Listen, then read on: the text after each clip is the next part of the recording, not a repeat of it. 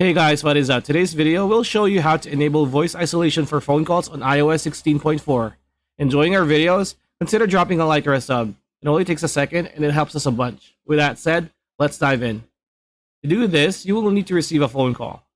After accepting the phone call, tap on the dynamic island to expand the call. Next, you have to scroll down from the top right corner.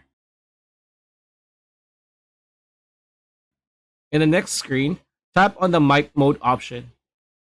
After selecting this, a new pop-up will appear with three options: standard, voice isolation, and wide spectrum.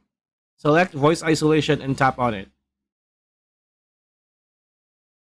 You have now successfully enabled voice isolation. If you want to disable it, you need to repeat the same process. It's that easy. Hope the video helped. Like, comment, share, subscribe, ring that bell icon, and we'll see you on the next video.